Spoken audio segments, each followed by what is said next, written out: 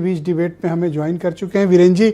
जब आज लोग सुबह सोकर उठे तो कल रात तो कई जगह फ्लैश चल रहा था कि कयामत की रात है, ऐसा हो जाएगा वैसा हो जाएगा, आज पलट जाएगा ईरान, ये आज ख़त्म हो जाएगा।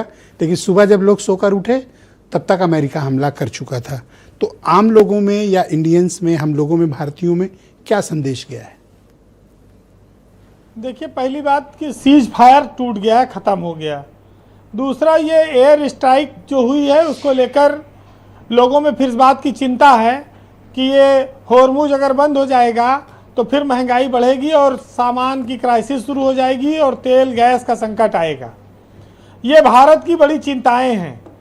और चिंता उस समय भी हुई थी जब एक जहाज़ पर हमारे 3 लोगों को मारा गया था। भारत के एक जहाज़ पर हमला हुआ था और 3 लोग मरे थे और उस पर देश भर में बड़ी नाराज़गी हुई थी। लेकिन इन सब के बीच इधर जब समझौता हो गया, MOU हो गया, सीज फायर 60 दिनों का था, उस तेल बेचने की छूट दे दी गई ईरान को, फिर ये मामला बिगड़ा कैसे? ये तो बात साफ है कि ईरान में कंट्रोल अब शायद जो लोकतांत्रिक सिस्टम है उसके हाथ में नहीं है। IRGC के हाथ में देश का शायद कंट्रोल है, जिसकी वजह से ऐसी स्थितियां उत्पन्न हो रही हैं और तमाम समझौतों का पालन शायद नहीं हो पा रहा है। आप इसको इन नज़रियों से देख सकते हैं, क्योंकि ईरान को तेल बेचने की छूट अमेरिका द्वारा दे दी गई थी और उसके द्वारा जो नाकेबंदी थी जहाज़ों के आने जाने पर वो ख़त्म कर दी गई थी। अब अगर होर्मुज को ठप करता है ईरान तो अमेरिका फिर वही पुरानी नाकेबंदी लागू कर सकता है। ये भी एक विचित्र स्थिति बनेगी फिर, और फिर वही पुरानी स्थिति जो 1 महीना पहले थी वही फिर दिखाई पड़ने लगेगी। तो 60 दिन का सीज फायर 20 दिन में नहीं चल रहा है, सिर्फ इसलिए कि किसी का अपनी सेना पर कंट्रोल नहीं है या किसी की कोई इच्छा पूरी नहीं हो रही है। बात दोनों तरफ की आनी चाहिए।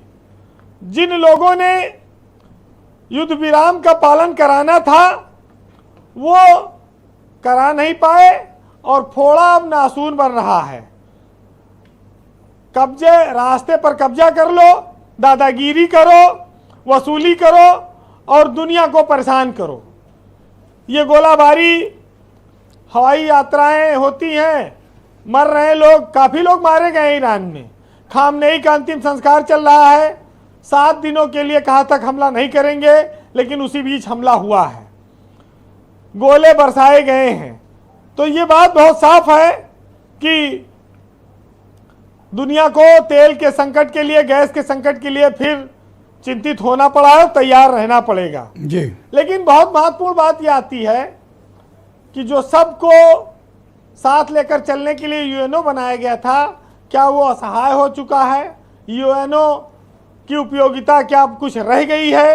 क्योंकि वो ना अमेरिका को रोक पा रहा है ना ईरान को, उसे कोई तवज्जो देने को तैयार नहीं है। तो ये सब चीज़ें हैं जो बताती हैं कि उथल पुथल का दौर जारी है और ट्रंप का कार्यकाल तो अभी करीब 2.5 साल बचा हुआ है और ट्रंप अपने कार्यकाल के दौरान दुनिया में इस तरह की तबाही को देखना चाहते हैं, इस तरह की तबाही को बरकरार रखना चाहते हैं। वो क्या चाहते हैं जी? कंक्लूड करें जी। ब्रजेश जी, मिडिल ईस्ट को लगा था कि एक युद्ध खत्म हो गया है। भारत में रोजमर्रा की समस्याओं की चिंता मुक्त हो गए थे लोग, लेकिन कहते हैं ना कि धीरज धर्म मित्र और नारी, आपातकाल पर रखिए चारी। अब आपदा का फिर संकट आ गया, फिर इनको परखो। भारत में कितनी बार परखो जी। और शिपिंग से लेकर महंगाई की मार, तेल, ऊर्जा, सारी चीज़ों पर, निर्यात आयात। तो ये जो एक MOU हुआ था ये झूठी कहानी थी और झूठी सीढ़ी पर चढ़कर लोग दुनिया को आगे ले जाना चाहते थे, लेकिन अब ये कहा जाए कि ध्वस्त हो गया जी। कंक्लूड करें प्लीज जी। फिलहाल यही इतना कहना मुनासिब होगा कि वक्त बहुत ही नाजुक है, हम पर हमले दर हमले हैं और हमलों का दर्द यही तो है कि हर हमले पर हम संभले हैं और ये हादसा तो किसी दिन गुजरने वाला था। मैं बच भी जाता तो एक रोज मरने वाला था। बहुत शुक्रिया दूरी जी। MOU ये खत्म होना ही था। बहुत शुक्रिया वीरेंद्र जी, आपका बहुत बहुत धन्यवाद। बहुत शुक्रिया हमारे साथ इस कार्यक्रम में जुड़ने के लिए। अपना फीडबैक